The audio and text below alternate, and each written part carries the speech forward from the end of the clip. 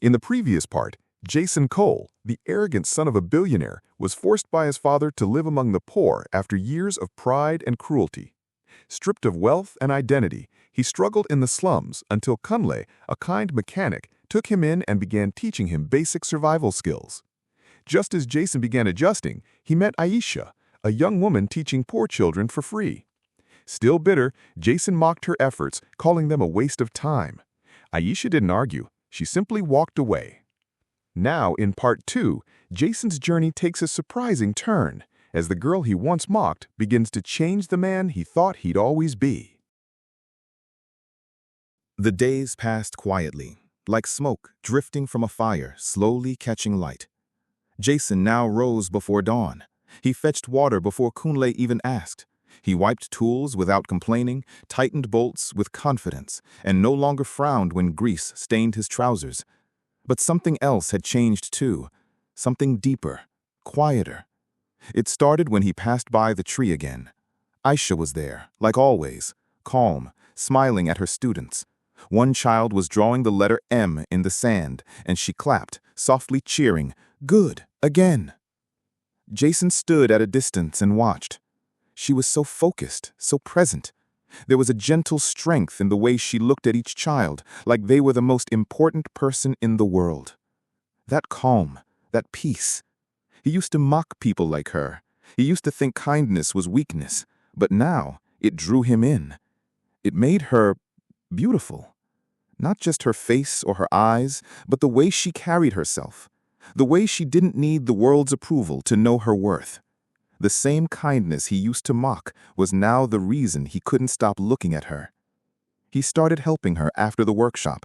Just small things at first, carrying benches, fetching chalk, drawing letters on the ground. Aisha didn't say much. She watched him with cautious eyes at first, unsure if this was another joke. But over time, she began to see it too, the softening. He listened now. He laughed with the children. He even stepped in when a street boy tried to snatch a child's slate. Jason had chased the boy away and returned the board with a soft pat on the child's head. Aisha watched him from a distance that day, her lips parting slightly in surprise. One evening, they sat side by side on a broken bench after the children had gone home. The wind rustled the mango leaves above them.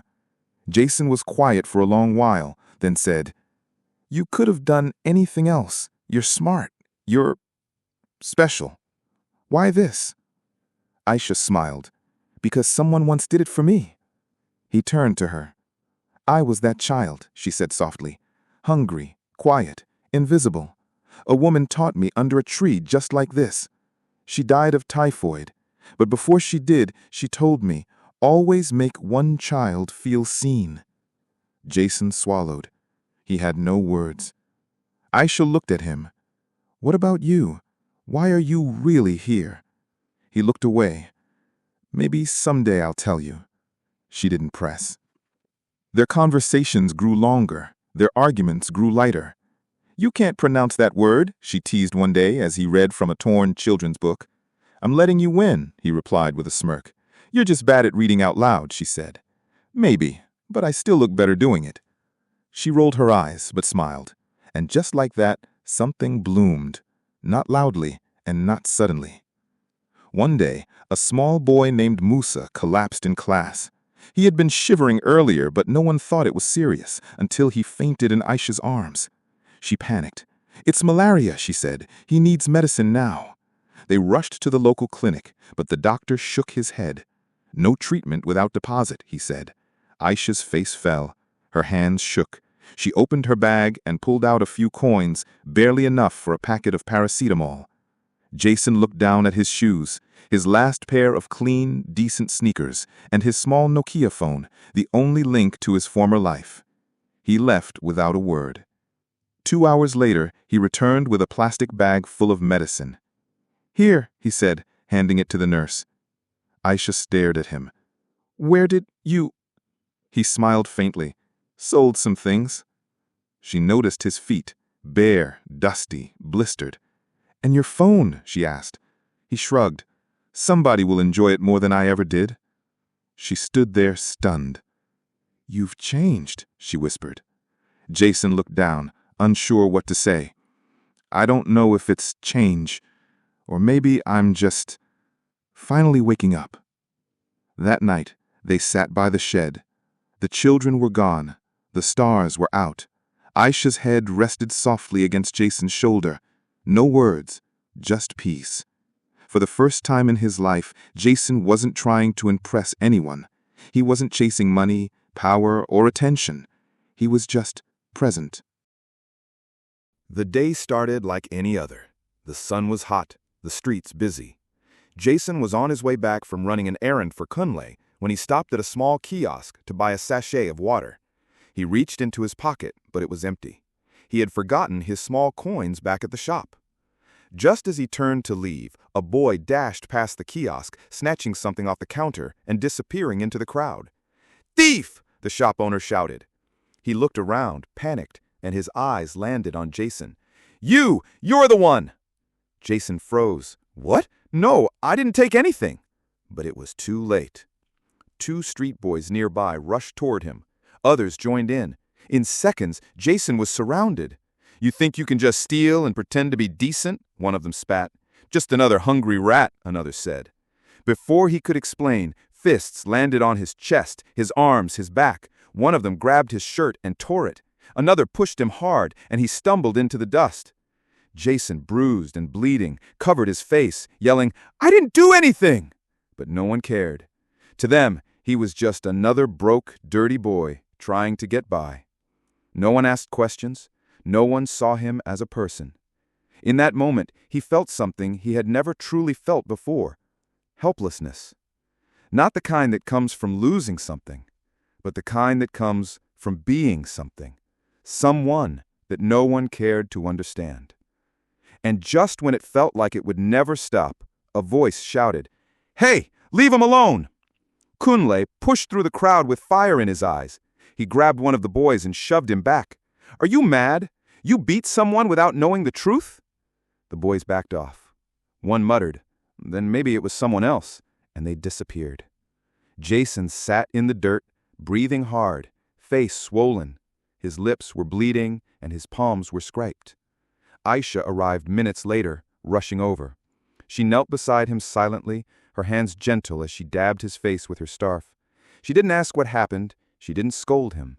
She just looked at him with soft eyes, eyes that saw more than his torn clothes or bleeding lip. Jason's throat tightened, not from pain, but from something deeper. For the first time in his life, he felt like he wasn't better than anyone else. For the first time, he understood what it meant to be treated like nothing, just because of how you looked or where you stood. And in that quiet moment, sitting in dust and shame, Jason Cole, the arrogant son of a billionaire, took one more step toward becoming human. A painful step, but a needed one.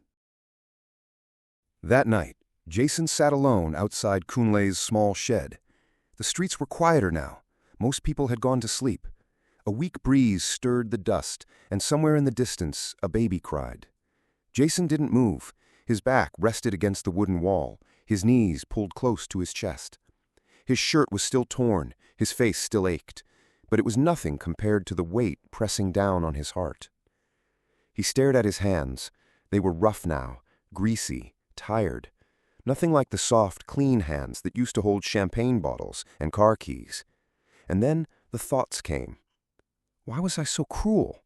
These people never hurt me. They just wanted to survive. They worked, struggled, prayed, and I treated them like dirt. His throat tightened. He looked down again, ashamed. He remembered the maid who accidentally broke a glass back in the mansion. He had screamed at her, cursed her, and called her useless. She had apologized, shaking, eyes full of fear. Then came another memory, more painful. A young hawker had touched his car window, hoping to sell sweets. Jason had slapped the boy's hand away and shouted, "Don't touch my car, animal!" Now here he was, dirty, bruised, and helpless, beaten in the street, called names, left alone.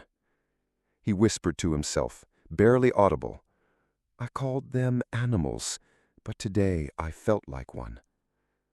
The sky above was filled with stars. He had never really looked at them before. They seemed so far, so peaceful.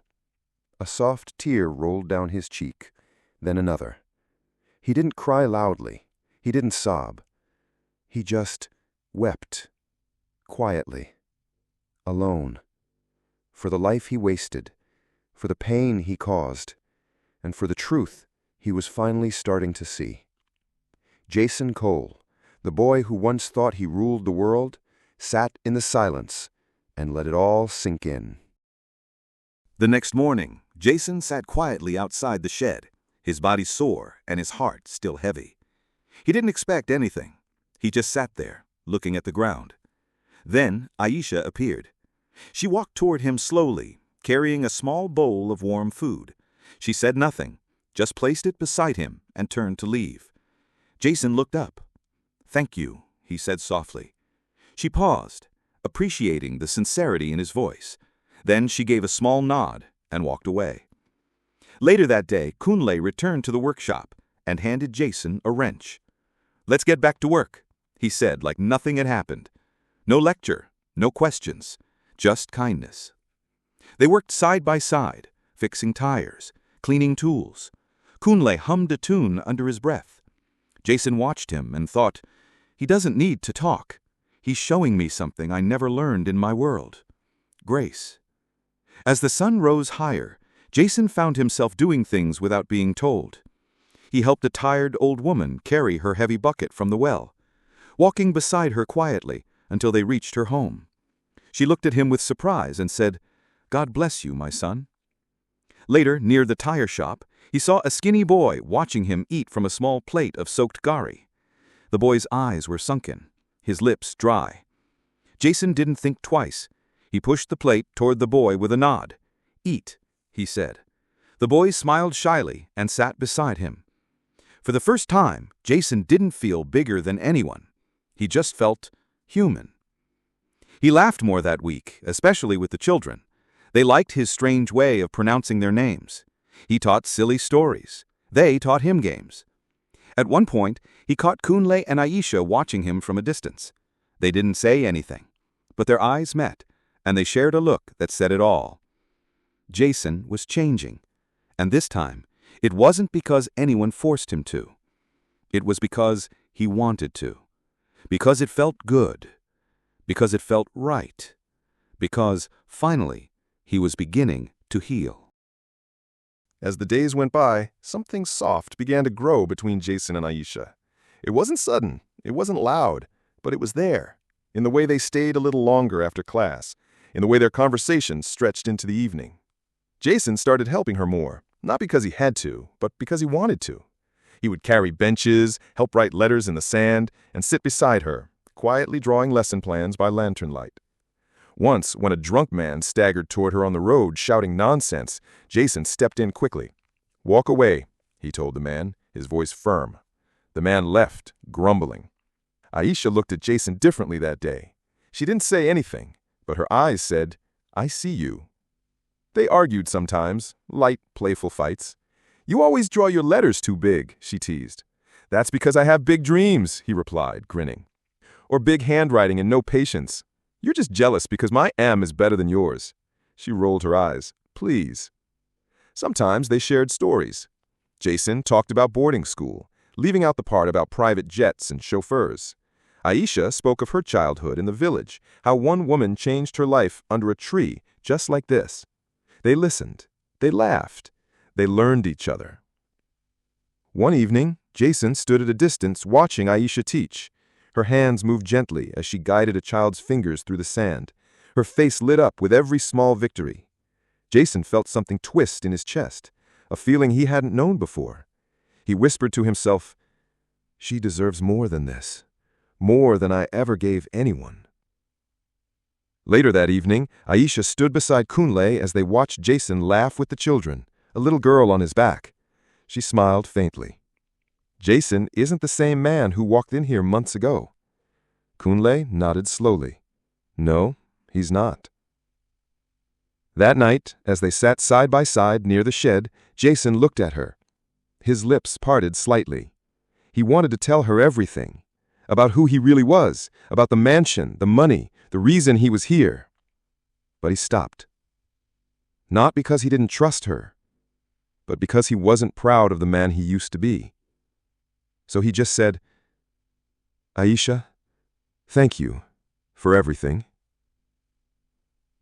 And she smiled, because sometimes the heart speaks best in silence. It was a quiet afternoon. The sun was soft, the air was still. Aisha was finishing up her lesson under the tree, while Kunle cleaned grease off his hands near the shed. Jason was sitting on a low bench, carving letters into the sand with a stick, lost in thought. Then, the sound of a car engine broke the silence.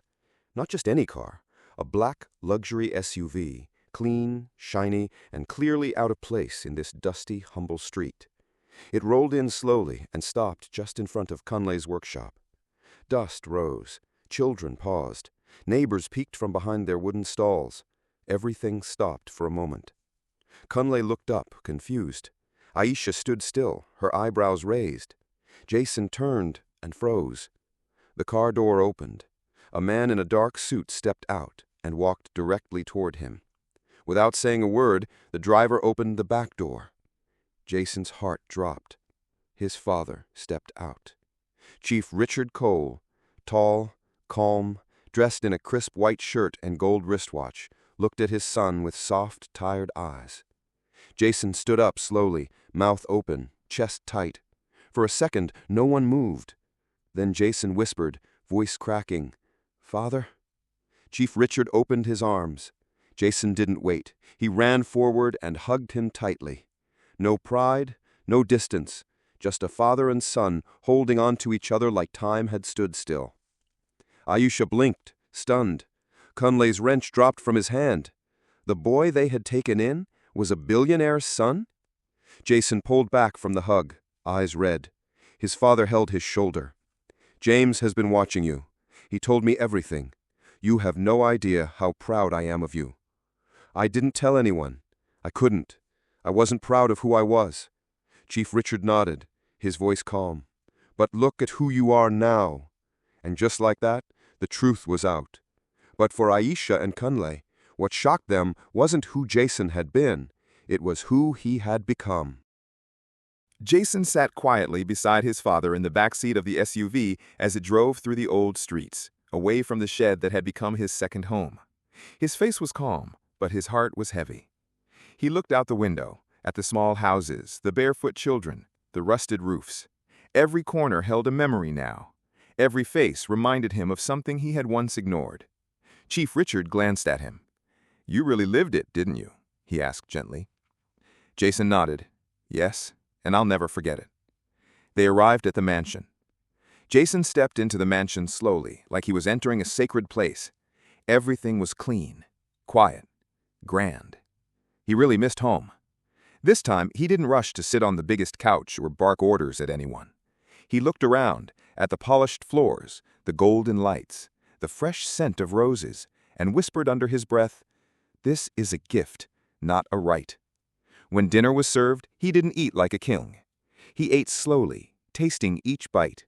He paused between spoonfuls, not because the food was too hot, but because his heart was full.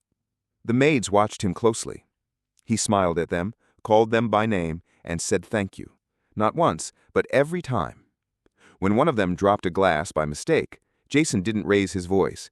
He got up, picked up the bigger pieces himself, and gently told her, "It's okay, accidents happen." She stood there, stunned. Then her lips trembled, and she smiled. Later that night, he took a hot bath. The water felt like heaven. But he didn't soak in pride. He soaked in gratitude. At the office, the change was even louder in silence. Jason arrived early. He carried his own briefcase, held the elevator door open for the janitor, greeted everyone at the front desk. In the boardroom, he didn't talk over anyone. He listened. He asked questions. He praised ideas from interns and applauded his team for their efforts. He walked through the lower floors, asking the cleaners what they needed. He noticed a broken fan in the security post and ordered it replaced immediately. He started a new staff welfare program, better pay, fair hours, and free health care for every worker's child. In a meeting, when someone asked why the sudden change, Jason stood and said, "We don't build wealth by stepping on people. We rise by lifting them up." Silence filled the room. Then came claps, smiles, a few teary eyes. Jason Cole had returned, not as the boy who looked down on the world, but as the man who now stood with it. Weeks had passed since Jason returned to his old life, but not a day went by without thoughts of Kunle and Aisha. So one bright afternoon, he drove himself, this time in a sleek black car, back to the place that changed him. The streets were the same, dusty, busy, alive. But when his car pulled up near the shed, everything stopped. Children froze mid-play. Adults turned, whispering. Kunle looked up from a tire he was patching and dropped his tool in shock. Aisha stepped out of the school shade, wiping chalk from her fingers, her eyes wide with disbelief. Jason stepped out of the car, dressed simply but sharp. He smiled. "Miss me?" Kunle laughed. Aisha covered her mouth. "Aisha," she whispered. He walked toward them and pulled them both into a hug. Later that evening, he took them to the city's finest restaurant. Gold cutlery, soft music, lights like stars above their heads. Kunle sat stiff in his chair, staring at the sparkling water like it might break. Aisha looked around in awe. "I've never seen a place like this," she said softly. Jason smiled. "You both deserve more." After dessert, Jason stood, cleared his throat, and made an announcement. "Kunle," he said, "you believed in me when I didn't believe in myself. You were patient. You taught me. You protected me." Kunle looked down, blinking fast. "I'm building a new academy for mechanical work and street survival skills, for boys like we used to be.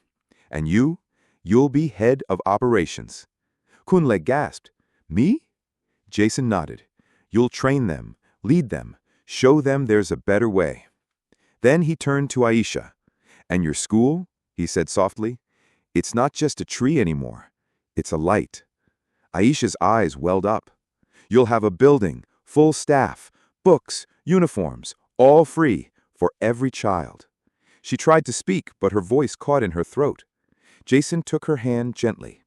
"It will be renamed the Light Tree Academy, in honor of that tree, where you first made someone feel seen." Tears rolled down Aisha's cheek. Kunle stood up and hugged Jason tightly. "You're not the same person I met under that hot sun. You're something else now." Jason smiled. "No," he said, "I just finally found the man I was supposed to be." The night air was cool as they stepped out of the restaurant. City lights flickered like stars around them. The sky was dark, but everything felt bright. Aisha smiled, still overwhelmed by all that had happened. Kunle was quiet, trying to take it all in. Then, Jason stopped walking. He turned to Aisha, reached into his pocket, and slowly dropped to one knee. Aisha gasped, her hands flew to her mouth. Jason looked up at her, his eyes soft. He opened a small velvet box. Inside, a simple, elegant ring that sparkled gently under the streetlight. His voice was calm, but full of emotion. "You taught me what real love is," he said. "Not by trying, but just by being you. You saw me when I was lost. You stayed when I had nothing. And you gave me something I didn't know I needed. A second chance. Aisha, will you marry me?" A tear slipped down her cheek. She nodded, her voice shaking. "Yes. Yes, Jason. I will." Jason stood, slipped the ring on her finger, and held her close. Then he gently took her hand and turned toward the black car, parked quietly at the corner. A man stepped out, tall, noble, smiling. It was Jason's father. Aisha froze. Jason leaned in and whispered, "Come, I want you to meet my father, the man who gave me the chance to find you." And with that, hand in hand, they walked into a new beginning, together.